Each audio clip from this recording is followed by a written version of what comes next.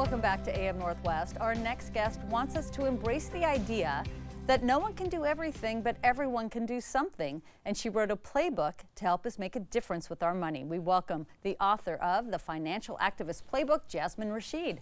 Hi. Hi, thanks for having me. Thanks for coming. This book is a playbook, and tell me why, take me through it, because I love the last line in your introduction where you say, let's move some big money together. Yeah. So, financial activism in general refers to all the different ways that we can shift the flow of money and power to make economic financial systems that actually work for everyday people. And so I came to this book and really wanting to put out this playbook because finance can often feel really inaccessible and confusing and kind of gate-kept. And I really wanted to break down some of the barriers, also make it fun and interesting to people so that they can reclaim wealth and collective well-being. Right. It's a very fun way to go through your money. I mean, you ask some really good questions. It's very easy to follow. But I want to know what a financial activist is and why, how you became one.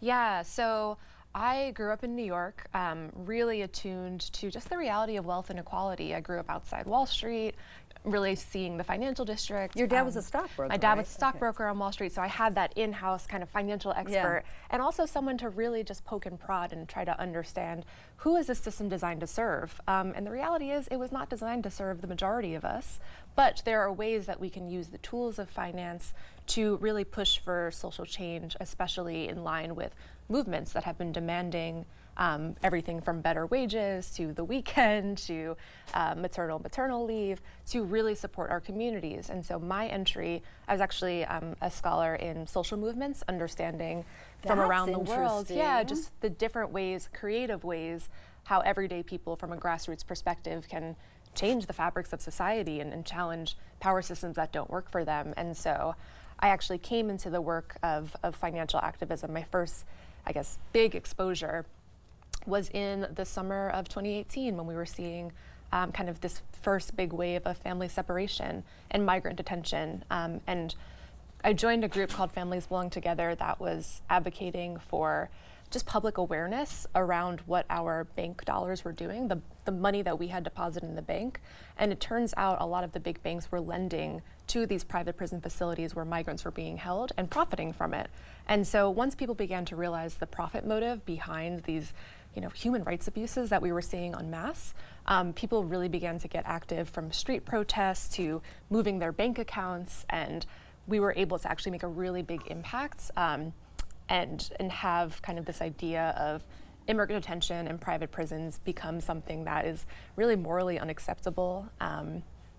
And it was powerful and hard, and it's still ongoing, but it gave me hope that when we collectively organize, we have so much more power than when we act alone. Well, as an older person and a parent, I am just grateful that something became a big passion inside of you that made you want to do this and take this on, because this is going to help so many people, and it's going to help the bigger community, I think. Thank you.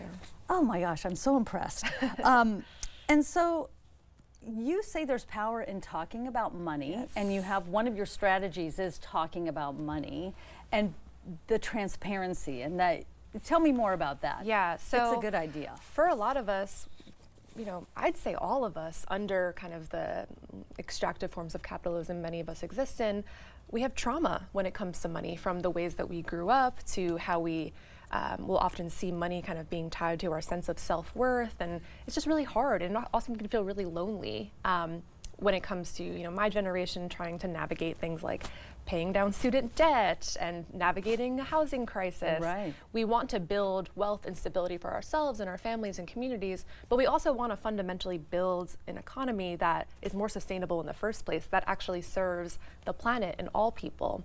So it is something that I'm deeply passionate about, but I really am part of a much larger collective that have been advocating for better rights for and generations. Talking about money is something that in my generation, born in the 60s, we did not talk about money. My parents did not want us to talk about money. It's rude to talk about money, but that you were against that idea.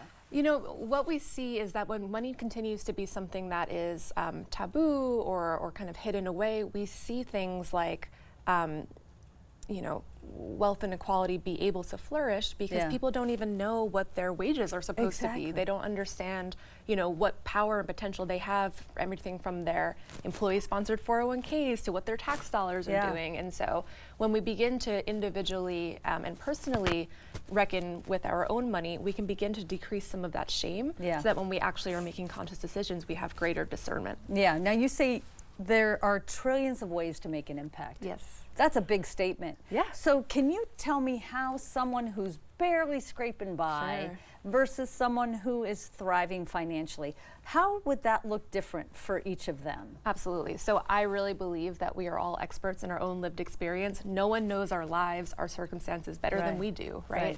So in the book, I really encourage people to, again, not try and compare themselves to others and say, well, so-and-so can do this, so I should be doing this too. Really taking stock of what's, you know, relevant to them, what's accessible to them. For someone that may be, you know, big time philanthropy, donating, investing. For someone else, it might just mean tweaks around how they're spending, you know, with local small businesses, or maybe even asking for the raise that they know that they deserve. And so really empowering people to take stock of their own circumstances. And again, realizing that everyone has a role to play in social movements, and that's kind of coming back from the social change theory. And we each need to be really intentional about what is ours to do. Right. Let's go back to what I said in the introduction about everyone can do something. And we can't do everything, but everyone can do something. Tell me more about that. Yeah, well, I mean, there's a lot. Yes, there's so much. There's a lot. You know, I think that I'd say needs changing in our systems, from environmental policy to economic policy.